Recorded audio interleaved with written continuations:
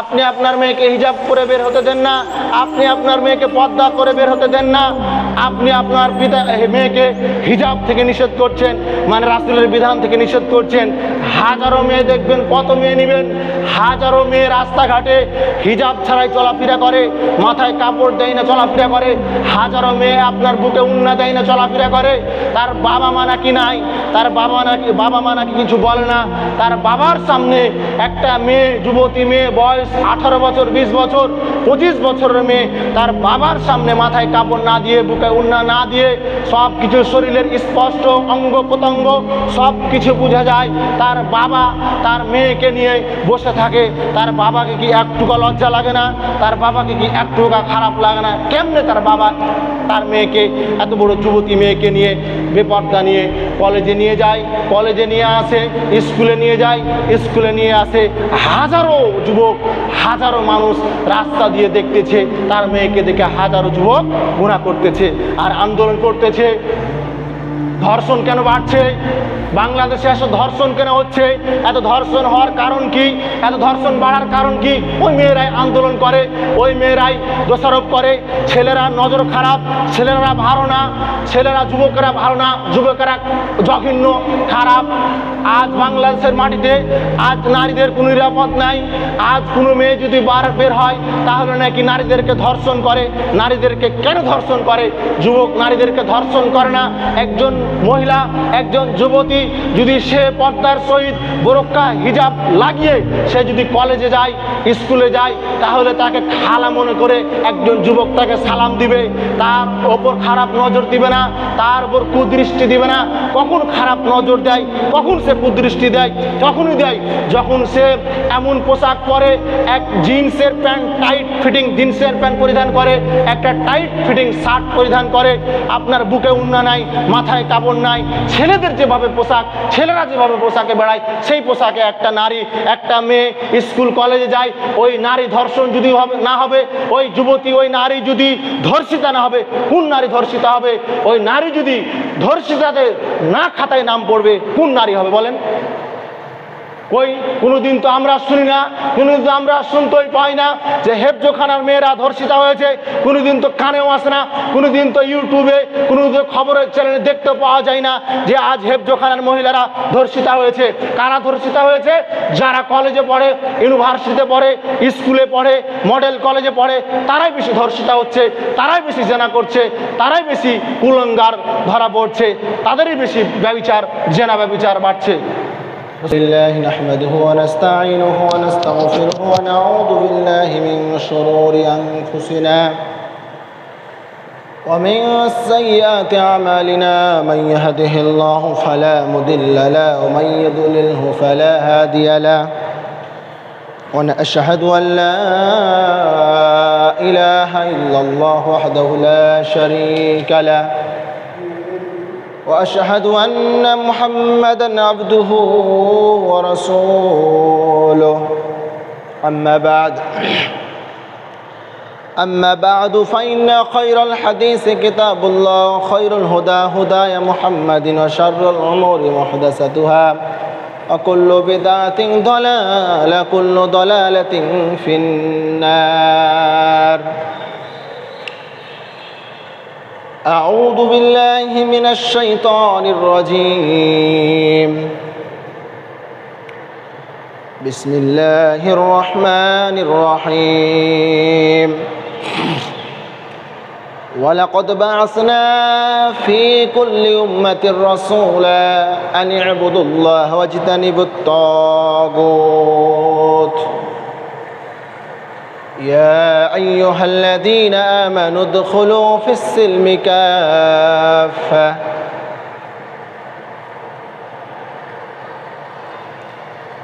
ومن لم يحكم بما أنزل الله فأولئك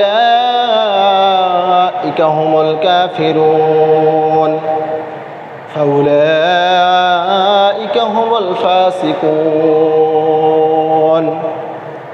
إلى آخر الآية. قال الله تعالى عن جابر رضي الله عنه قال قال رسول الله صلى الله عليه وسلم: من أحب أن يسمع كلام الله فليقل مثل ما يقول. وعن أبي هريرة رضي الله عنه قال: قال رسول الله صلى الله عليه وسلم: من أحب أن يسمع كلام الله فليقل مثل ما يقول. إلى آخر الآية. قال الله تعالى عن جابر رضي الله قال قال رسول الله صلى الله عليه وسلم: মান মাতা ইশরিকু বিল্লাহি শাইয়ান দাখালান নার ওয়া মান মাতা লা ইশরিকু বিল্লাহি শাইয়ান দাখালাল জান্নাহ।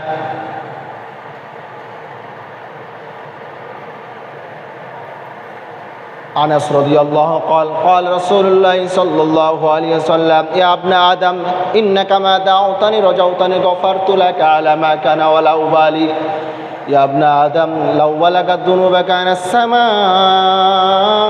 ثم استغفرتني غفرت لك ولا أبالي يا ابن آدم إنك لو لقيتني بقرب الأرض خطايا ثم لقيتني لأتيتك بقربها مغفرة لا تشرك به شيئا قال رسول الله صلى الله عليه وسلم। প্রশংসা একমাত্র আল্লাহ সুবহানাহু ওয়া তাআলার জন্য, যিনি আমাদেরকে পবিত্র জুমার দিনে সমবেত হওয়ার তৌফিক দান করেছেন। সেই মহান পরাক্রমশালী সেই রবের প্রতি শুকরিয়া আদায় করি আলহামদুলিল্লাহ। শান্তি দ্রুত বর্ষিত হোক মুহাম্মদ আহমদ মোস্তফা সাল্লাল্লাহু আলাইহি ওয়াসাল্লাম। আল্লাহুম্মা সাল্লি আলাই আল্লাহুম্মা বারিক আলাই। সম্মানিত উপস্থিতি, আমরা গত জুমায় আলোচনা করেছিলাম সন্তানের প্রতি পিতামাতার দায়িত্ব। তো তা থেকে আমরা যেটা লাভবান হয়েছি সেটা হচ্ছে সন্তান খারাপ হওয়ার মূল, সন্তান বিয়াদব হওয়ার মূল, সন্তান ইসলাম থেকে বেরিয়ে যাওয়ার মূল, সন্তান ইসলাম না বুঝার মূল একমাত্র হচ্ছে পিতামাতা। কারণ একটা ছোট্ট যখন বাচ্চা, বালক, নাবালক শিশু, নাবালক সন্তান, সে বুঝে না খাওয়ার পূর্বে বিসমিল্লাহ বলতে হয় কি বলতে হয় না, এটা কিন্তু সে বুঝে না। একটা ছোট্ট বাচ্চা, নাবালক বাচ্চা সালাত পড়লে কি হয়, সালাত না পড়লে কি হয়, এটাও কিন্তু সে বুঝে না। একটা নাবালক বাচ্চা মানুষের সাথে খারাপ আচরণ করলে কি হয়, এটাও সে বোঝে না। এই সব কিছু বুঝিয়ে দিতে হবে তার পিতামাতাকে। এই জন্য সন্তান যদি খারাপ হয়, মানুষের সামনে আফসোস করে লাভ নাই। সন্তান যদি খারাপ হয়ে থাকে, এক নম্বরে কারণ হচ্ছে তার পিতামাতার জন্য। পিতামাতা যদি সচেতনবান না হয় তাহলে সন্তান খারাপ হবে, এ কথাই ঠিক। পিতামাতা যদি সচেতনবান হয়, পিতামাতা যদি ভালো হয়, ব্যক্তিত্ববান হয়, সন্তান সচেতনবান হবে, ব্যক্তিত্ববান সন্তান হবে, এ কথাই ঠিক। সম্মানিত উপস্থিতি, মানুষকে দোষারোপ করে লাভ নাই। নিজের সন্তান নিজের কারণে খারাপ হয়েছে, এ কথাই ঠিক। আর এ কথায় রাসূল সাল্লাল্লাহু আলাইহি সাল্লাম বলেছেন, সালাফগণ বলেছেন, আলেমগণ বলেছেন, ইমামগণ বলেছেন, পিতামাতা খারাপ হওয়ার একটাই সব থেকে যেটা বড় কারণ, সেটা হচ্ছে তার বাবা মা। আর একটি কারণ পিতামাতার সন্তান খারাপ হওয়ার, সেটা হচ্ছে মোবাইল ফোন।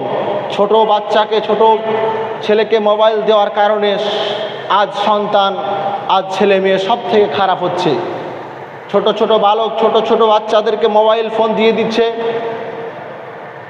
এই মোবাইল ফোন দেওয়ার কারণে তারা অশ্লীল, বেহায়াপনা, নোংরামি ছবি দেখতেছে, উলঙ্গ মেয়ে দেখতেছে, গান বাজনা বাদ্যযন্ত্র দেখতেছে, সেই থেকে অনেক কিছু শিখতেছে, সেই থেকে খারাপ কাজ শিখতেছে, অনেক কিছু শিখছে। কিভাবে নেশা করতে হবে, কীভাবে গাঁজা খেতে হবে, এমন কোনো জিনিস নাই, এমন কোনো রাস্তা নাই, এমন কোনো পদ্ধতি নাই যে মোবাইলে আপনাকে দেখাবে না। সব দেখাবে, আপনি গুগলে, ইউটিউবে যা সার্চ করবেন তাই পাবেন। তো এই যে সন্তান, ছেলে মেয়ে খারাপ হওয়ার দ্বিতীয়তম কারণ হচ্ছে মোবাইল ফোন। এই জন্য সচেতনবান হতে হবে আপনাকে। হুট করে ছেলে মোবাইল ফোন চেয়ে নিল, আপনি মোবাইল ফোন তাকে দিয়ে দিলেন, আদর স্নেহর ছেলে, এটা কখনো করা যাবে না, এটা কখনো করবেন না। এই জন্য যদি আপনার সন্তানকে ইসলামিক কালচারাল পদ্ধতিতে আপনি মানুষ করতে চান, ইসলামিক পদ্ধতিতে আপনি তাকে গড়ে তুলতে চান, তাহলে এক নাম্বার হচ্ছে আপনি তাকে মোবাইল ফোন হাতে দিবেন না। মোবাইল ফোন দিলে আপনি সেই সন্তান নষ্ট হয়ে যাবে। তো সম্মানিত উপস্থিতি, বললেই অনেক বলা যাবে, তা আমি সেদিকে বলছি না। আজকে আমার সংক্ষিপ্ত জুমার খুতবার বিষয় হচ্ছে ঈমান ভঙ্গের কারণ। ঈমান ভঙ্গের কারণ, যে ঈমানগুলো ভঙ্গ করলে, যে কাজগুলো মানুষ করলে তার ঈমান থাকে না, সে কাফের হয়ে যায়, সে মুসলিম থেকে বেরিয়ে যায়। আমরা সবাই জানি উজু ভঙ্গের কারণ আছে। উজু ভঙ্গ, উজু করে কেউ যদি তার হাত ধয়, পেশাব পায়খানা করে, ঘুম যায়, উটের মাংস খায়, তাহলে তার উজু নষ্ট হয়ে যাবে। উজু ভঙ্গের কারণ যদি আপনি না জানেন, তাহলে আপনার উজু ভাঙলো কি গেল আপনি বুঝতে পারবেন না। উজু ভঙ্গের কারণ যদি আপনি জানেন, তাহলে আপনার উজু থাকলো কি থাকলো না এখন আপনি বুঝতে পারবেন। নামাজ ভঙ্গের কারণ আছে। নামাজ ভঙ্গের কারণ যদি আপনি জানেন, তাহলে আপনার নামাজ হলো কি হলো না আপনি বুঝতে পারবেন। তেমনইভাবে ঈমান ভঙ্গের কিছু কারণ আছে। ঈমান ভঙ্গের মূল যে কারণটি, সেটি 10টি কারণ। এই 10টি কারণ কেউ যদি করে থাকে, তাহলে সে মুসলমান থেকে বেরিয়ে যায়, সে কাফের হয়ে যায়, কুফরি করে। তাহলে বোঝা যাচ্ছে উজু ভঙ্গের কারণ কেউ যদি ছুটে যায়, সে মুসলমান থেকে বেরিয়ে যাবে না। নামাজ ভঙ্গের কারণ যদি হয়ে যায় না জানে, সে মুসলমান থেকে বের হয়ে যাবে না। কিন্তু কেউ যদি ঈমান ভঙ্গের কারণ না জানে, তাহলে যদি সেই কারণগুলো করে ফেলে, তাহলে সে মুসলমান থেকে বেরিয়ে গেল, সে বুঝতে পারলো না। এই জন্য ঈমান ভঙ্গের যে 10টি কারণ আছে, আপনি ধৈর্য ধারণ করে আপনি সেই 10টি কারণ মাথায় রাখবেন। কারণ এই 10টি যদি আপনি মাথায় না রাখেন, তাহলে আপনি বুঝতে পারবেন না কখন আপনি মুশরিক ইহুদি হয়ে গেছেন, বুঝতে পারবেন না আপনি মুরতাদ হয়ে গেছেন, আপনি বুঝতে পারবেন না কাফের হয়ে গেছেন। এই জন্য আপনাকে লক্ষ্য করতে হবে যে আসলে ঈমান ভঙ্গের কারণ কি কি। সম্মানিত উপস্থিতি, আল্লাহ সুবহানাহু ওয়া তাআলা আমাদের মাঝে যুগে যুগে নবী এবং রাসূল পাঠিয়েছেন। আল্লাহ সুবহানাহু ওয়া তাআলা বলতেছেন, ওয়ালাকাদ বাআসনা ফি কুল্লি উম্মাতির রাসূলা আন ইবুদুল্লাহ ওয়াজতানিবুত তাগুত। প্রত্যেক উম্মতের মধ্যে আমি নবী এবং রাসূল এবং নবীকে প্রেরণ করেছি, শুধু এই মর্মে যে তোমরা এক আল্লাহর ইবাদত করো এবং তাগুতকে বর্জন করো। আল্লাহ নবী এবং রাসূলকে প্রত্যেক উম্মতের মধ্যে প্রেরণ করার, পাঠানোর একটাই উদ্দেশ্য, যে আল্লাহর ইবাদত করবে এবং তাগুত মতবাদকে পরিহার করবে। তাগুত মানে শিরিক, কুফরি, এগুলোকে পরিহার করবে। এই জন্য আল্লাহ সুবহানাহু ওয়া তাআলা প্রত্যেক নবীগণকে পাঠিয়েছেন। নূহ আলাইহিস সালাম বলেন, আদম আলাইহিস সালাম বলেন, ইব্রাহিম আলাইহিস সালাম বলেন, যত নবী পাঠিয়েছেন আমাদের মাঝে একটি কারণ, এক আল্লাহর ইবাদত করো, তাওহীদ প্রতিষ্ঠা করো এবং তাগুতকে পরিহার করো, বর্জন করো। এটাই হচ্ছে মূলত কারণ। সম্মানিত উপস্থিতি, আমাদের মাঝে এখন নবী নাই, আমাদের মাঝে রাসূল নাই। আমরা কেমন করে এক আল্লাহর ইবাদত করব? আমাদের মাঝে কে পাঠাবে? আর আমরা তাগুত কিভাবে বুঝবো? তাগুত কি, এভাবে আমরা কিভাবে পরিহার করব, বর্জন করব? আল্লাহ রাসূল সাল্লাল্লাহু আলাইহি সাল্লাম বলেছেন, এই আলেম সমাজে আলেমরাই হচ্ছে আমার ওয়ারিস। নবী নাই কথা ঠিক, কিন্তু দুনিয়াতে এখনো শত শত আলেম আছে, দুনিয়াতে এখন শত শত ইমাম আছে, তারাই হচ্ছে নবীদের ওয়ারিস, তারাই নবীদের দায়িত্ব নিয়েছে। তারাই আপনাদের ঘরে পৌঁছে দিবে এক আল্লাহর ইবাদত কিভাবে করতে হয়, তারাই আল্লাহর ঘরে পৌঁছে দিবে তাগুত কি, তাগুত কিভাবে পরিহার করতে হয়, এই আলেম সমাজ ইমামেরাই পৌঁছে দিবে। এটা নবীগণ আল্লাহ তাদেরকে দায়িত্ব দিয়েছেন। এই জন্য ইমামগণ, আলেম সমাজ এত কঠিনভাবে, কড়াভাবে বলে থাকে আপনি কেন এক আল্লাহর ইবাদত করবেন না?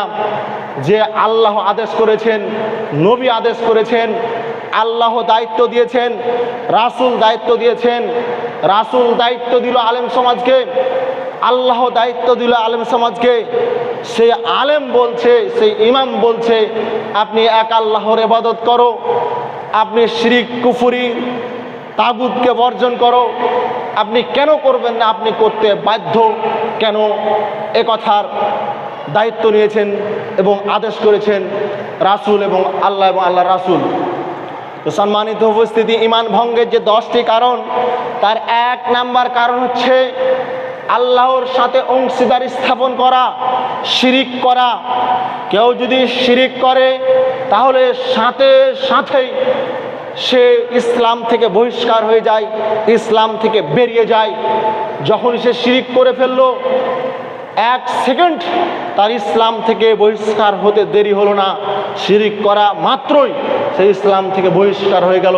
এটা 1 নাম্বার ইসলাম থেকে বহিষ্কার হওয়ার কারণ, ঈমান ভঙ্গের 1 নাম্বার কারণ। আল্লাহ সুবহানাহু ওয়া তাআলা বলতেছেন, ইন্নাহু মাই ইশরিক বিল্লাহ ফাকাদ হারামাল্লাহু আলাইহিল জান্নাহ ওয়া মাওয়াহুন নার ওয়া মা লিয-যালিমিনা মিন আনসার। আল্লাহ সুবহানাহু ওয়া তাআলা বলছেন, ইন্নাহু মাই ইশরিক বিল্লাহ ফাকাদ হারামাল্লাহু আলাইহিল জান্নাহ।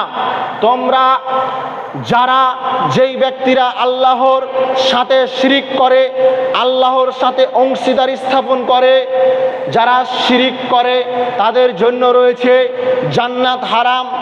তারা কখনো জান্নাতের মধ্যে প্রবেশ করবে না, তারা কখনো জান্নাতে ঢুকবে না, তারা কখনো জান্নাত দেখবে না। ওয়া মাওয়াহুন নার, তাদের বাসস্থান, তাদের থাকার জায়গা জাহান্নাম, তাদের স্থান, তাদের ঘর, তাদের বাড়ি জাহান্নাম, দোজখ, যেখানে শুধু কষ্ট, যেখানে শুধু আগুন, যেখানে শুধু আযাব, যেখানে শুধু কান্না, যেখানে শুধু কঠিনতম কঠিন ভয়াবহ শাস্তি। তারা এখানে থাকবে। কারা?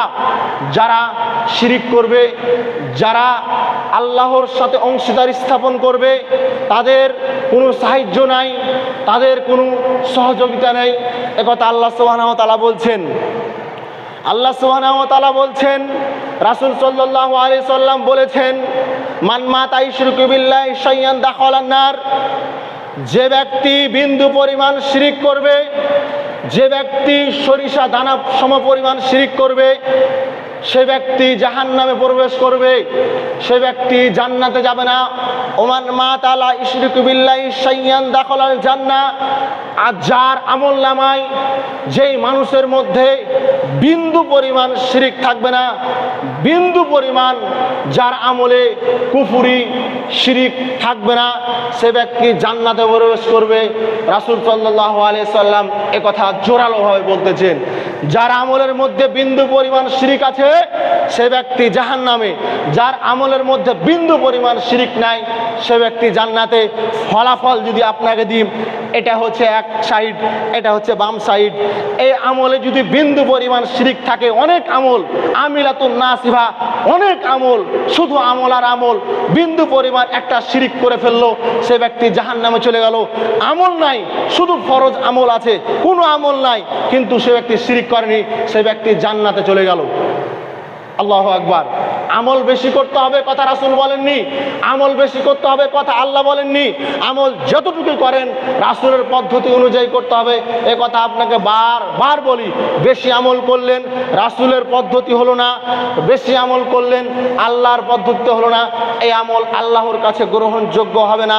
কম আমল করেন কিন্তু শিরিক বিদআত মুক্ত আমল করেন, এই আমলটুকুই আপনার কাছে আল্লাহ জান্নাতে আপনাকে পৌঁছে দিবে। তো সম্মানিত উপস্থিতি, শিরিকবিহীন আমল করতে হবে, শিরিকবিহীন বেঁচে থাকতে হবে। শিরিক করলে আল্লাহ আপনাকে ক্ষমাও করবে না।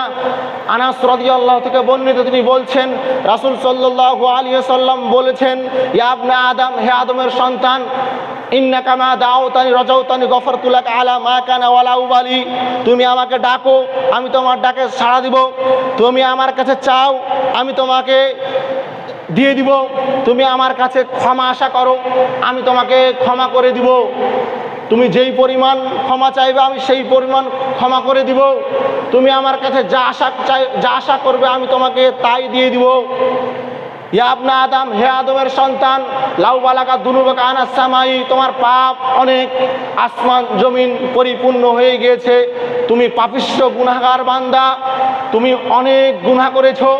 ফেরাউনের থেকে তুমি বড় পাপী, তুমি নমরুদের থেকে বড় পাপী, তুমি আবু জাহালের থেকে বড় পাপী, তুমি উকবা সাইবার থেকে অনেক বড় পাপী। এত বড় পাপী হওয়ার পরেও যদি তুমি আমার কাছে ক্ষমা চাও, সুম্মাস্তাগফারতানি, আমি তোমাকে ক্ষমা করে দিব, আমি তোমাকে মাফ করে দিব। ইন্নাকা লাউ লাকিতানি বিকিরাবিল আরদা খাতায়া সুম্মা লাকিতানি লা আতাইতুকা বিকিরাবিহা মাগফিরাতান।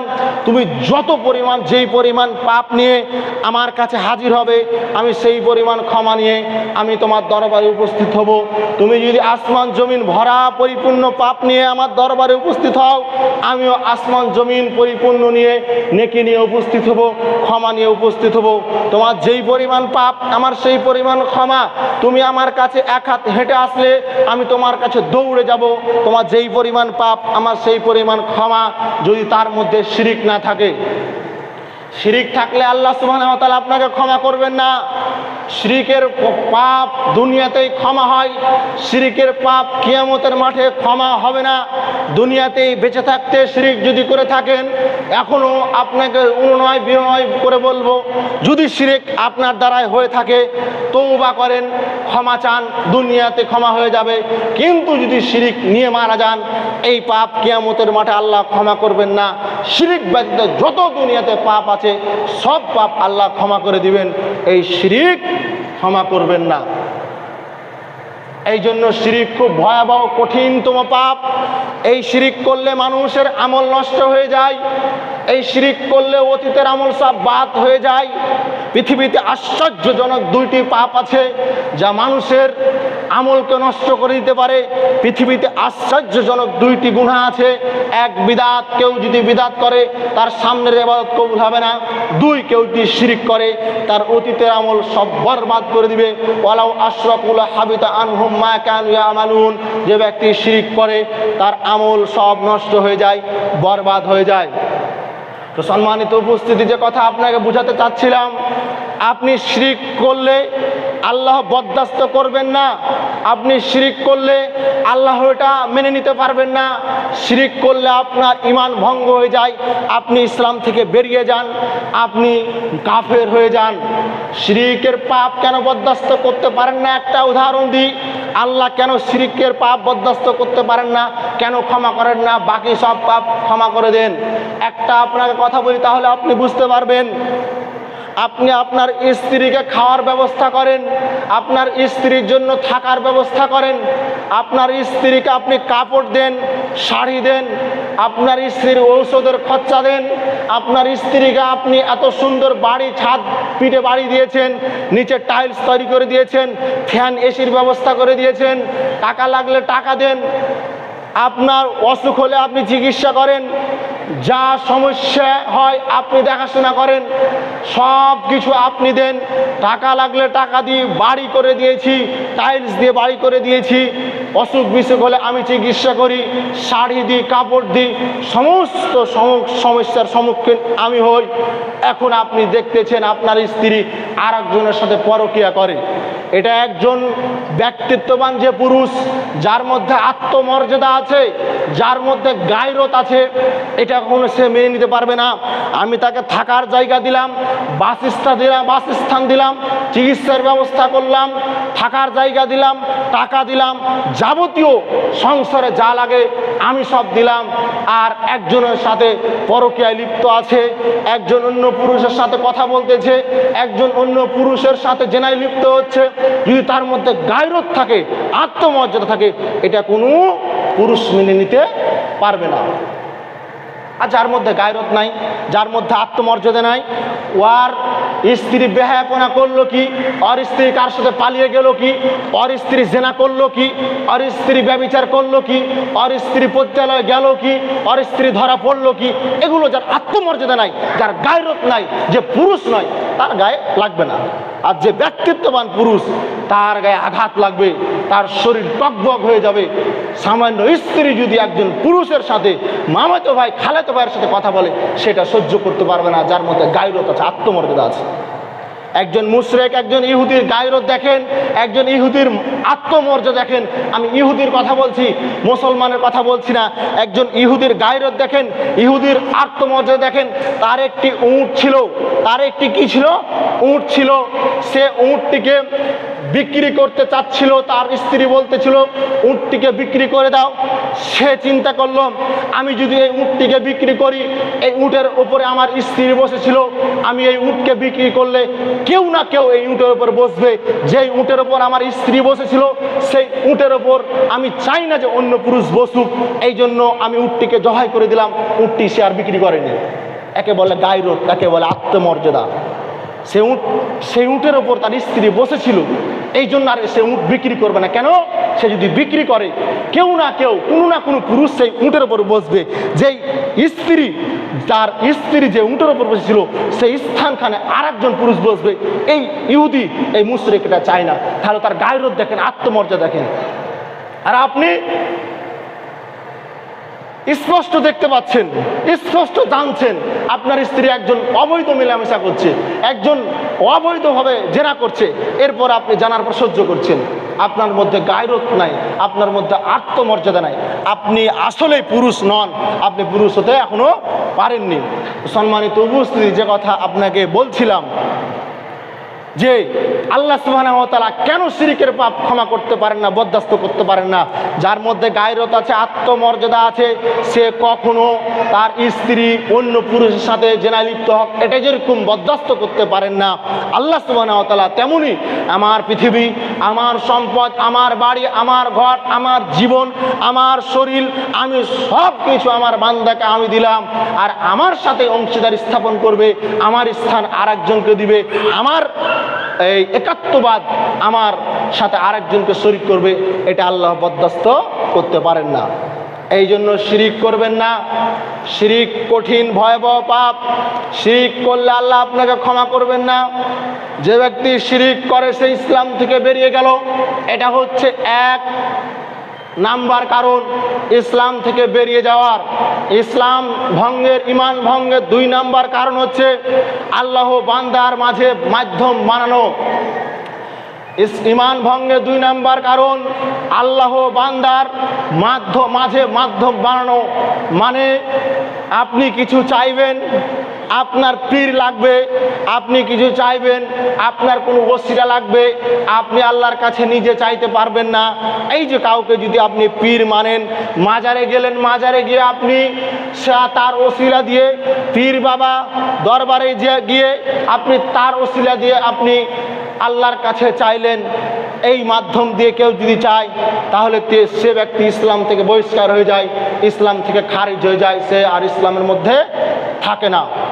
সম্মানিত উপস্থিতি, হাজারো আপনি কত আলেম নেবেন, হাজারো হুজুর নেবেন, তারা পীরকে ধরে, আউলিয়াকে ধরে, মাজার পূজারে গিয়ে তারা সিজদায় পড়ে যায়, মাজারের পীরকে ধরে তারা আল্লাহর কাছে তার মাধ্যম, সেই মাজারের পীরকে মাধ্যম করে তারা আল্লাহ সুবহানাহু ওয়া তাআলাকে ডাকে, আল্লাহ সুবহানাহু ওয়া তাআলার কাছে চায়। তারা নাকি চাইতে পারে না, সে নাকি পাপী, সে নাকি আল্লাহর সাথে ডাইরেক্ট চাইতে পারে না, আল্লাহর সাথে চাইলে নাকি আল্লাহ দিবে না। এই জন্য কি করে, একজন পীরকে ধরে, একজন মাজার পূজারে যায়, মাজারে গিয়ে পীরকে গিয়ে তাকে ধরে, এই লাগবে, এই চাইছে তারা পীরের মাধ্যমে, বুজুর্গর মাধ্যমে। কিন্তু আসলে কি এ কথা ঠিক? আল্লাহকে ধরতে, আল্লাহর কাছে চাইতে কোনো পীর লাগে না, আল্লাহর কাছে চাইতে, আল্লাহকে ধরতে কোনো মাধ্যম লাগে না। সে ডোম হোক, সে মেথর হোক, সে মুচি হোক, সে যতই জঘন্য লোক হোক, যতই জঘন্য খারাপ পাপিষ্ট হোক, সে ব্যক্তি আল্লাহর মাঝে, আল্লাহ এবং তার মাঝে কোনো মাধ্যম লাগে না। সে ব্যক্তি আল্লাহর কাছে ডাইরেক্ট চাইবে, তার সাথে কোনো মাধ্যম লাগে না।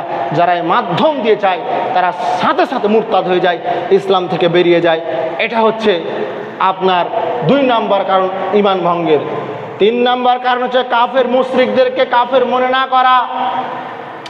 তিন নাম্বার কারণ হচ্ছে কাফের মুশরিক যারা, তাদেরকে কাফের মনে না করা, এটা হচ্ছে ঈমান ভঙ্গের কারণ। এখানে একটা কথা আমি বলি, আগে বলিনি, যারা একজন স্পষ্ট কাফের, যারা মুশরিক, তাদেরকে যদি আপনি কাফের মনে না করেন, যারা ইহুদি খ্রিস্টান, তাদেরকে যদি আপনি কাফের মনে না করেন, তাহলে আপনি নিজেই কাফের হয়ে যাবেন। এখানে আমি একটা কথা যোগ করি, একটা কথা আমি লাগাই, সেটা হচ্ছে কি, রাসূল সাল্লাল্লাহু আলাইহি সাল্লাম বলেছেন, ইবনুল কাইয়িম রাহিমাহুল্লাহ বলেছেন, যে ব্যক্তি ইচ্ছাকৃতভাবে সালাত ছেড়ে দিল, সে ব্যক্তি ইসলাম থেকে বেরিয়ে গেল। রাসূল সাল্লাল্লাহু আলাইহি সাল্লাম বলেছেন, বাইনাল আবদি ওয়া বাইনাল কুফরি তারকুস সালাহ, যে ব্যক্তি সালাত ছেড়ে দিল, সে ব্যক্তি কাফের হয়ে গেল। সালাত এবং একজন মুসলিম, একজন কাফেরের মধ্যে পার্থক্য হচ্ছে সালাত। এই কাফের, এই হচ্ছে মুসলমান, এর মধ্যে পার্থক্য হচ্ছে সালাত। আর ইবনুল কাইয়িম রাহিমাহুল্লাহ বলতেছেন, যে ব্যক্তি ইচ্ছাকৃতভাবে সালাত ছেড়ে দিল, সে ব্যক্তি কাফের হয়ে গেল। এখানে যেটা বোঝা যায়, যে ব্যক্তি বেনামাজিকে কাফের না মনে করবে, সেও কাফের। যে ব্যক্তি বেনামাজিকে কাফের না করবে, সেও কাফের। কেননা রাসূল সাল্লাল্লাহু আলাইহি সাল্লাম বলেছেন, বেনামাজি কখনো মুসলমান হতে পারে না। আর এখানে বলছেন, যে ব্যক্তি কাফেরকে কাফের না মনে করবে, সে ব্যক্তিও কাফের। এই জন্য বেনামাজি কখনো মুসলমান হতে পারে না, আর যারা কাফের তারা তো কাফের। এই জন্য কাফেরকে আপনাকে কাফেরই বলতে হবে, আপনার বেনামাজিকেও কাফের বলতে হবে, মুসলমান বলা যাবে না। এই কথা রাসূল সাল্লাল্লাহু আলাইহি সাল্লাম বলেছেন। 4 নাম্বার ঈমান ভঙ্গের কারণ, রাসূল সাল্লাল্লাহু আলাইহি সাল্লামের কথার চেয়ে অন্য কারো কথাকে উত্তম মনে করা। রাসূল সাল্লাল্লাহু আলাইহি সাল্লামের কথার চেয়ে অন্য কারো কথাকে উত্তম মনে করা, এটা হচ্ছে ঈমান ভঙ্গের চতুর্থতম কারণ।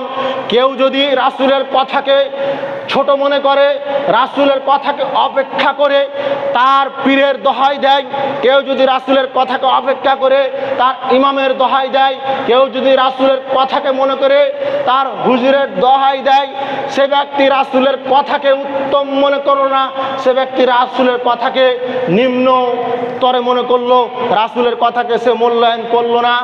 রাসূলের হাদিস থাকাও সত্ত্বে এক শ্রেণীর মানুষ ইমাম কি বলেছে সেটাকে তারা প্রাধান্য দেয়। রাসূল কি বলেছে বলুক, ইমাম যা বলেছে সেটাই মানতে হবে। ইমাম মাযহাবে যদি একথা থাকে তাহলে মানতে হবে, আর মাযহাবে যদি না থাকে তাহলে মানতে হবে না।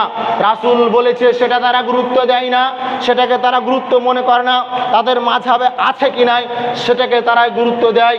ইমাম আবু হানিফা বলেন, ইমাম শাফিঈ বলেন, ইমাম হাম্বলি বলেন, ইমাম মালিকি বলেন, 4টা হচ্ছে গ্রহণযোগ্য মাযহাব।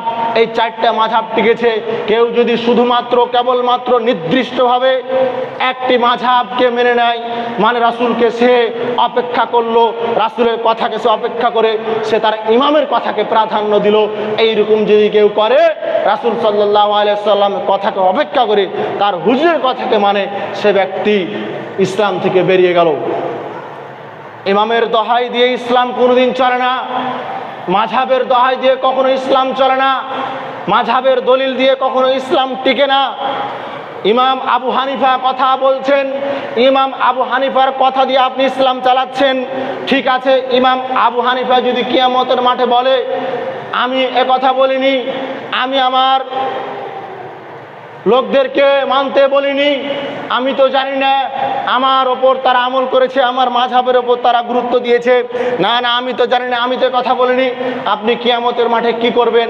আপনি কিয়ামতের মাঠে কোথায় যাবেন? ইমাম আবু হানিফা যদি এ কথা স্মরণ না করে, যদি না মানে, আর রাসূল সাল্লাল্লাহু আলাইহি সাল্লামের আনুগত্য করবেন, রাসূলের কথা অপেক্ষা করবেন না, রাসূলের কথাকে মেনে নেবেন, কিয়ামতের মাঠে বিপদ আপদ থেকে একমাত্র রাসূল সাল্লাল্লাহু আলাইহি সাল্লাম আপনাকে বিপদ থেকে বাঁচাবেন। 5 নাম্বার ঈমান ভঙ্গের কারণ, রাসূল সাল্লাল্লাহু আলাইহি সাল্লামের কোনো বিধানকে অপছন্দ করা। 5 নাম্বার ঈমান ভঙ্গের কারণ, রাসূল সাল্লাল্লাহু আলাইহি সাল্লামের কোনো বিধানকে অপছন্দ করা। এই পয়েন্টটাই বলে আমি আমার আলোচনা শেষ করব। 5 নাম্বার যেটা কারণ, রাসূল সাল্লাল্লাহু আলাইহি সাল্লামের বিধানকে অপছন্দ করা, মেনে না নেওয়া। সম্মানিত উপস্থিতি, রাসূল সাল্লাল্লাহু আলাইহি সাল্লামের বিধান কি, রাসূল সাল্লাল্লাহু আলাইহি সাল্লামের সুন্নাহ কি, রাসূল সাল্লাল্লাহু আলাইহি সাল্লাম কি বলেছেন। রাসূল সাল্লাল্লাহু আলাইহি সাল্লামের বিধানকে, আল্লাহর বিধানকে কেউ যদি মেনে না নেয়, কটাক্ষ করে, হাসি তামাশা করে, ঠাট্টা বিদ্রোহ করে, সে ব্যক্তি ইসলাম থেকে বহিষ্কার হয়ে যায়, সে ব্যক্তি ইসলাম থেকে বের হয়ে যায়, সে ব্যক্তি কাফের হয়ে যায়। মানে কি, রাসূল সাল্লাল্লাহু আলাইহি সাল্লামের বিধান কি? এক, কেউ যদি ইসলাম নিয়ে কটাক্ষ করে, ইসলাম নিয়ে সে বেজি ঠাট্টা করে, ইসলাম নিয়ে যদি কটূক্তি করে। দুই, কোরআন নিয়ে কেউ যদি কোরআনকে না মানে, কোরআনের বিধানকে যদি না মানে। তিন, হিজাব। চার, দাড়ি। পাঁচ, রাষ্ট্র, রাসূল সাল্লাল্লাহু আলাইহি সাল্লামের বিধান অনুযায়ী এগুলো যদি কেউ না মানে, তাহলে সে ব্যক্তি কাফের হয়ে যায়, মুরতাদ হয়ে যায়, সে ইসলাম থেকে বেরিয়ে যায়। তো এক নাম্বার কি বললেন? ইসলাম। ইসলামকে যদি কেউ মনোনীত ধর্ম না বলে, ইসলামের থেকে যদি ভালো ধর্ম আছে, ইসলামের থেকে উত্তম ধর্ম আছে, ইসলামের থেকে শ্রেষ্ঠ ধর্ম আছে, এ কথা যদি কেউ কয়, তাহলে সে ব্যক্তি কাফের হয়ে যাবে। কেননা আল্লাহ সুবহানাহু ওয়া তাআলা বলেছেন, ইন্নাদ-দীনা ইনদাল্লাহি ইসলাম। আল্লাহ তাআলার কাছে একমাত্র মনোনীত দিন, একমাত্র দিন, সেটা হচ্ছে ইসলাম। আল্লাহ সুবহানাহু ওয়া তাআলার কাছে একটি দিন হচ্ছে, সেটা হচ্ছে ইসলাম। এই ইসলামের থেকে অন্য ধর্মকে যদি প্রাধান্য দেয়, সে ব্যক্তি কাফের হয়ে যাবে। দুই, কোনো ব্যক্তি যদি কোরআনকে কটাক্ষ করে, কোরআন নিয়ে সমালোচনা করে, কোরআন নিয়ে কটূক্তি করে, তাহলে সে ব্যক্তি মুরতাদ হয়ে যাবে, সে ব্যক্তি কাফের হয়ে যাবে। তিন, রাসূলের বিধান হিজাব, হিজাবকে নিয়ে যদি কটাক্ষ করে, তাহলে সে ব্যক্তি কাফের হয়ে যাবে। দুঃখজনক হলেও ওই কথা সত্য যে আপনাদের এই জাঙ্গিরাপাড়ার গ্রামে এমনও বাবা আছে, আমি নিজ কানে শুনেছি বা নিজেই শুনেছি বা বলেছে, আপনাদের এই জাঙ্গিরাপাড়া গ্রামেই হিজাব নিয়ে কটূক্তি করেছে। আমি তার মেয়েকে বলেছিলাম হিজাব পরাতে, তার মেয়েকে আমি বলেছিলাম পর্দা করতে, সে বলেছিল তার মেয়ে আমাকে এসে বলতেছে হিজাব পরলে নাকি আমাকে কেমন লাগে, হিজাব পরলে নাকি আমার বাবাকে দেখতে ভালো লাগে না, হিজাব পরলে নাকি কেমন মা হুজুর লাগে, হিজাব পরলে নাকি তাকে কটাক্ষ লাগে, হিজাব পরলে নাকি তার দম বন্ধ হয়ে আসে, হিজাব পরলে নাকি তাকে অস্থিরতা লাগে, হিজাব পরলে নাকি তাকে কষ্ট লাগে। হিজাব নিয়ে, রাসূলের বিধান নিয়ে কেউ যদি কটূক্তি করে, কেউ যদি অস্বীকার করে, এই বিধানকে নিয়ে যদি হাসি মজা করে, ঠাট্টা করে, রাসূল সাল্লাল্লাহু আলাইহি সাল্লাম বলেছেন সে ব্যক্তি কাফের হয়ে যাবে, সে ব্যক্তি মুরতাদ হয়ে যাবে, সে ব্যক্তি ইসলাম থেকে বেরিয়ে যাবে। আপনি কেমন করে পারেন পিতা হয়ে, আপনার মেয়ে হিজাব করতে চাচ্ছে, আপনার মেয়ে পর্দার সহিত চলতে চাচ্ছে, আপনি কেমন করে পারেন আপনার মেয়েকে মাথায় কাপড় দেওয়া থেকে বাধা দিতে, আপনার মেয়েকে বোরখা পরা থেকে বাধা দিতে, আপনার মেয়ে বাড়ি থেকে বের হওয়ার সময় চাচ্ছে যে আমি বোরখাটা পরি, আপনার মেয়ে বাড়ি থেকে বের হওয়ার সময় সে চাচ্ছে যে আমি হিজাবটা লাগাই। আপনি মূর্খ পিতা, আপনি অজ্ঞ বাবা, আপনি জাহেল বাবা, আপনি লজ্জাহীন বাবা, আপনি আপনার মেয়েকে বোরখা পরে বের হতে দেন না, আপনি আপনার মেয়েকে হিজাব পরে বের হতে দেন না, আপনি আপনার মেয়েকে পর্দা করে বের হতে দেন না, আপনি আপনার মেয়েকে হিজাব থেকে নিষেধ করছেন, মানে রাসূলের বিধান থেকে নিষেধ করছেন। হাজারো মেয়ে দেখবেন, কত মেয়ে নেবেন, হাজারো মেয়ে রাস্তাঘাটে হিজাব ছাড়াই চলাফেরা করে, মাথায় কাপড় দেয় না চলাফেরা করে, হাজারো মেয়ে আপনার বুকে উন্না দেয় না চলাফেরা করে। তার বাবা মা নাকি নাই, তার বাবা মা নাকি কিছু বলে না, তার বাবার সামনে একটা মেয়ে, যুবতী মেয়ে, বয়স 18 বছর, 20 বছর, 25 বছরের মেয়ে, তার বাবার সামনে মাথায় কাপড় না দিয়ে, বুকে উন্না না দিয়ে, সব কিছু শরীরের স্পষ্ট অঙ্গ প্রত্যঙ্গ সব কিছু বোঝা যায়, তার বাবা তার মেয়েকে নিয়ে বসে থাকে। তার বাবাকে কি একটুকু লজ্জা লাগে না? তার বাবাকে কি একটুকু খারাপ লাগে না? কেমনে তার বাবা তার মেয়েকে, এত বড় যুবতী মেয়েকে নিয়ে বেপর্দা নিয়ে কলেজে নিয়ে যায়, কলেজে নিয়ে আসে, স্কুলে নিয়ে যায়, স্কুলে নিয়ে আসে। হাজারো যুবক, হাজারো মানুষ রাস্তা দিয়ে দেখতেছে, তার মেয়েকে দেখে হাজারো যুবক গুনাহ করতেছে আর আন্দোলন করতেছে। ধর্ষণ কেন বাড়ছে? বাংলাদেশে এত ধর্ষণ কেন হচ্ছে? এত ধর্ষণ হওয়ার কারণ কি? এত ধর্ষণ বাড়ার কারণ কি?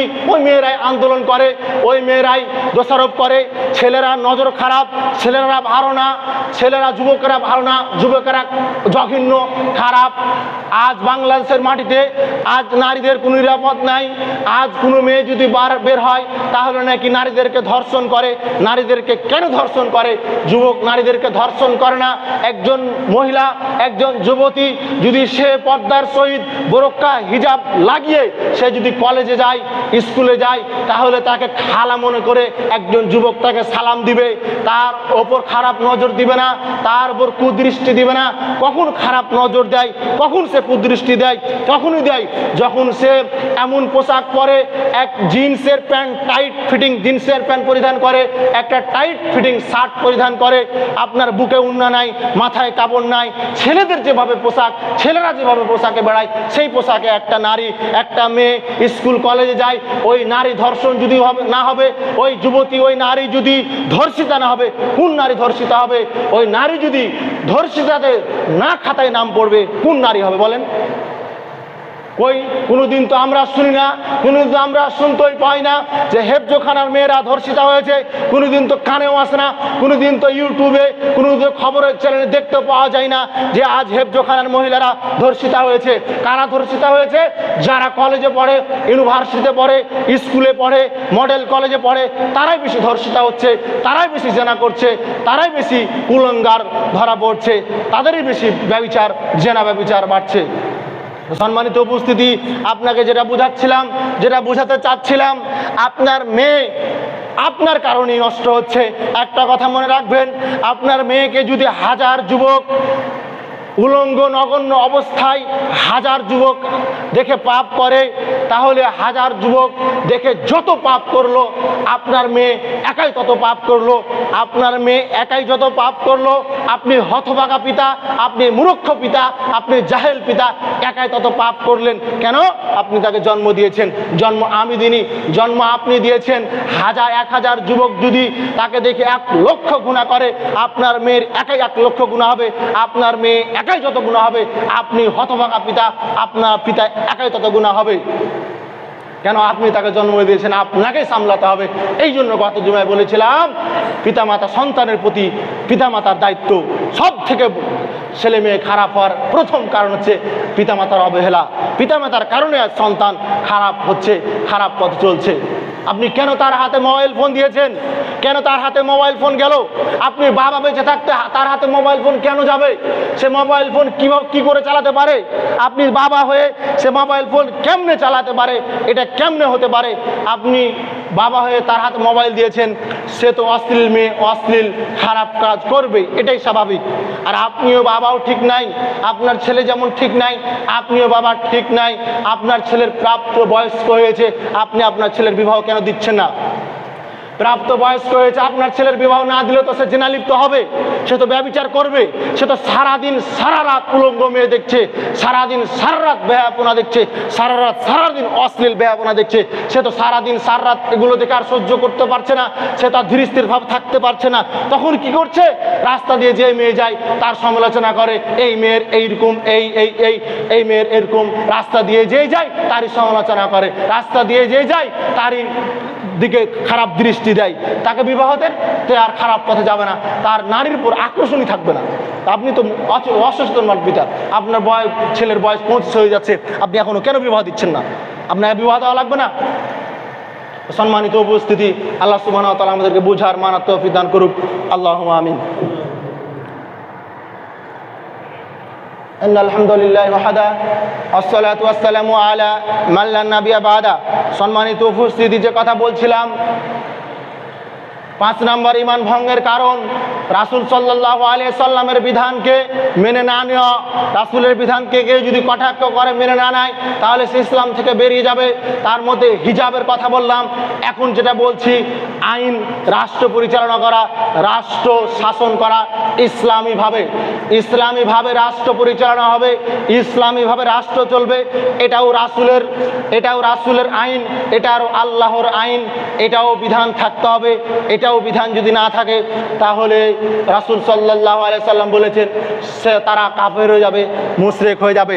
সম্মানিত উপস্থিতি, ইমাম শাফি রাহিমাহুল্লাহ বলতেছেন, তিনি বলতেছেন, কোনো ব্যক্তি যদি ইমাম শাফি রাহিমাহুল্লাহ তিনি বলতেছেন, যে ব্যক্তি আল্লাহর আইনকে বাদ দিয়ে, যারা আল্লাহর বিধানকে বাদ দিয়ে অন্য কোনো আইনের প্রতি সন্তুষ্ট থাকলো, অন্য কোনো আইনকে মেনে নিল, আল্লাহর রাসূলকে, আল্লাহর রাসূলের বিধানকে বাদ দিয়ে, আল্লাহর রাসূলের আইনকে বাদ দিয়ে তন্ত্র মন্ত্র গণতন্ত্রের আইনকে মেনে নিল, আইনের প্রতি সন্তুষ্ট থাকলো, তারা কাফের, তারা কাফের, তারা কাফের। একথা ইমাম শাফি রাহিমাহুল্লাহ তিনি বলতেছেন। আল্লাহ সুবহানাহু ওয়া তাআলা বলছেন, ওয়ামান লাম ইয়াহকুম বিমা আনজালাল্লাহু ফাউলাইকা হুমুল কাফিরুন। আল্লাহ সুবহানাহু ওয়া তাআলা বলতেছেন, আল্লাহ তাআলা নাজিল করেছেন, যারা আল্লাহর আইন অনুযায়ী দেশ শাসন পরিচালনা করে না, দেশ পরিচালনা করে না, আল্লাহ যা নাজিল করেছেন আল্লাহর আইন অনুযায়ী শাসন পরিচালনা করে না, দেশ পরিচালনা করে না, বিচার ফায়সালা করে না, তারা কাফের। আর অন্য জায়গায় বলেছেন, ওয়ামান লাম ইয়াহকুম বিমা আনজালাল্লাহু ফাউলাইকা হুমুল ফাসিকুন, তারা ফাসিক, তারা কাফের। মানে যারা, যেই ব্যক্তিরা আল্লাহর আইনকে বাদ দিয়ে কোনো তন্ত্রর, কোনো মন্ত্রর, কোনো গণতন্ত্রের আইনের প্রতি সন্তুষ্ট হয়ে গেল, সে আইনকে মেনে নিল, সেই বিচারকে মেনে নিল, তারা কাফের, তারা কাফের। কথা আল্লাহ বলছেন, কথা রাসূল বলছেন, কথা ইমাম শাফি রাহিমাহুল্লাহ বলতেছেন। দুঃখজনক হলেও কথা সত্য, এই বাংলাদেশের মাটিতে আজ 105% ভিতরে 95% মানুষ গণতন্ত্রের বিধিবিধানকে, গণতন্ত্রের আইনকে একেবারে খালেজভাবে মেনে নিয়েছে। আল্লাহর আইনকে, আল্লাহর বিধিবিধানকে কেউ গুরুত্ব দেয় না। এরা যারা রাষ্ট্র পরিচালনা করছে, এই আইনকে যারা সন্তুষ্ট, আইনের প্রতি যারা সন্তুষ্ট, এই আইনকে যারা মেনে নিয়েছে, রাসূল বলছেন, আল্লাহ বলছেন, তারা কাফের হয়ে গেছে। সম্মানিত উপস্থিতি, আপনাকে আমি যেটা বলছিলাম, কেউ যদি আল্লাহর আইন বাদ দিয়ে এই তন্ত্রের আইন, অন্য কোনো আইনকে মেনে নেয়, সে ব্যক্তি ফাসিক। যেমন আপনাকে বোঝায়, আল্লাহর আইনে আছে, কেউ যদি কোনো নারী পুরুষ যদি বিবাহ অবস্থায় জেনা ব্যভিচারে লিপ্ত হয়, তাহলে তাকে রজম করতে হবে, মৃত্যুদণ্ড দিতে হবে। কিন্তু ওই বাংলাদেশের মাটিতে গণতন্ত্রের যেটা পদ্ধতি, এটা কিন্তু এই আইন নাই। মানে সে আল্লাহর আইনকে অপেক্ষা করে, আল্লাহর আইনকে কটাক্ষ করে সে নিজে একটা আইন করেছে যে তাকে মারা যাবে না। আল্লাহর আইন কেউ যদি চুরি করে তাকে হাত কাটতে হবে, এই আইনকে কটাক্ষ করে, এই আইনকে বাদ দিয়ে গণতন্ত্র, তন্ত্র মন্ত্রর আইন করেছে যে তার হাত কাটা যাবে না বা হাত কাটে না। আইন, জনগণের আইনে মানুষ খুশি, এর উপর সন্তুষ্ট থাকছে। যে আইনের উপর সন্তুষ্ট থাকবে, এই তন্ত্র মন্ত্র আইনকে মেনে নিবে খালেসভাবে অন্তর থেকে, সে ব্যক্তি কাফের। একথা আল্লাহ বলছেন, একথা রাসূল বলছেন। সূরা মাইদা 44 নম্বর আয়াত, সূরা মাইদা 47 নম্বর আয়াত, এই দুইটা আয়াতে দেখবেন, ওয়ামান লাম ইয়াহকুম বিমা আনজালাল্লাহু ফাউলাইকা হুমুল কাফিরুন, ওয়ামান লাম ইয়াহকুম বিমা আনজালাল্লাহু ফাউলাইকা হুম ফাসিকুন। এই দুইটা আয়াত আল্লাহ বলেছেন, যে ব্যক্তি আল্লাহর আইনকে মানলো না, আল্লাহর বিধান অনুযায়ী বিচার ফায়সালা করলো না, সে ব্যক্তি কাফের, সে ব্যক্তি ফাসিক। সম্মানিত উপস্থিতি, এই গণতন্ত্র মন্ত্র দিয়ে কখনো ইসলামী রাষ্ট্র আশা করা যায় না, ইসলামী রাষ্ট্র হবে এই আশা করা যায় না। এক শ্রেণীর আলেম বলেন, এক শ্রেণীর মানুষ বলেন, তারা কিভাবে যে বুঝে নিল গণতন্ত্র দিয়েই তারা তাদেরকে এই ইসলামী রাষ্ট্র পরিচালনা করতে হবে। এই মন্ত্র, এই তন্ত্র, এই ফ্যাসিবাদ, এই সেকুলারিজম, এই জঘন্যতম রাস্তা দিয়ে, এই জঘন্যতম পদ্ধতি দিয়েই তাদেরকে নাকি ইসলামী রাষ্ট্র পরিচালনা করতে হবে। কিভাবে তারা বুঝে নিল, কিভাবে তারা মেনে নিল? অথচ তারাই বলছে, ইয়া আইয়ুহাল্লাযীনা আমানু দুখুলু ফিস সিলমি কাফা, পরিপূর্ণভাবে ইসলামের মধ্যে প্রবেশ করো, পরিপূর্ণভাবে ইসলামের মধ্যে প্রবেশ করো। ঠিক আছে, মেনে নিলাম, হজ জাকাত শুধু ইসলাম পরিপূর্ণ হয় না, ইসলামী রাষ্ট্র কায়েম করতে হবে, এটাও ঠিক। না হলে আপনি সর্বক্ষেত্রে, সব বিষয়ে আপনি ইসলামকে বাস্তবায়ন করতে পারবেন না। যতক্ষণ পর্যন্ত আপনি সর্বক্ষেত্রে ইসলামকে মানতে চাইবেন, ইসলামী রাষ্ট্র লাগবে। ইসলামী রাষ্ট্র যদি সর্বক্ষেত্রে না থাকে, তাহলে আপনি সব আমল করতে পারবেন না, বাধা আসবে। তো ঠিক আছে, আমি মেনে নিলাম, তারা এই তন্ত্র মন্ত্র দিয়ে যে আপনার ইসলামী রাষ্ট্র পরিচালনা করতে চাচ্ছে, তো তারা ঠিক আছে, ভালো, পরিপূর্ণভাবে ইসলামের মধ্যে প্রবেশ করো, কিন্তু এই যে পরিপূর্ণভাবে ইসলামের মধ্যে প্রবেশ করবেন, প্রথমে তো তন্ত্রমন্ত্র দিয়ে আপনি প্রবেশ করলেন। এই তন্ত্রমন্ত্র দিয়ে তো আপনি ইসলামে পরিপূর্ণ প্রবেশ করতে পারলেন না। আপনাকে যে ইসলামী রাষ্ট্র পরিচালনা করতে চাই, খেলাফতের দ্বারাই করতে হবে, খেলাফতের পদ্ধতিতে করতে হবে। রাসূল যেভাবে শিখিয়ে দিয়েছেন, রাসূল যেভাবে পদ্ধতি দিয়েছেন, সেভাবেই ইসলামী রাষ্ট্র পরিচালনা করতে হবে। গণতন্ত্র দিয়ে কোনোদিন ইসলামী রাষ্ট্র পরিচালনা হয়নি, আজও হবে না। কোনোদিন রাষ্ট্র চলেনি, চলবে না। যদি চলতো রাসূল মেনে নিত। রাসূলকে আবু জেহেল বলেছিল, অর্ধেক বছর তুমি তোমার ধর্ম চালাও, অর্ধেক বছর আমি আমার ধর্ম দিয়ে চালাবো। আল্লাহ বলেছিলেন না, হবে না, লাকুম দীনুকুম ওয়ালিয়া দিন। তাদের ধর্ম তাদের ব্যাপার, আমাদের ধর্ম আমাদের ব্যাপার। তেমনই ভাবে তন্ত্র মন্ত্র দিয়ে আমরা ইসলাম চাই না, এই গণতন্ত্র দিয়ে আমরা ইসলাম রাষ্ট্র পরিচালনা করতে চাই না। কোনো যদি হয়, দেরিও যদি হয়, খেলাফতের মাধ্যম দিয়ে ইসলাম পরিচালনা হবে, ইসলাম রাষ্ট্র কায়েম হবে।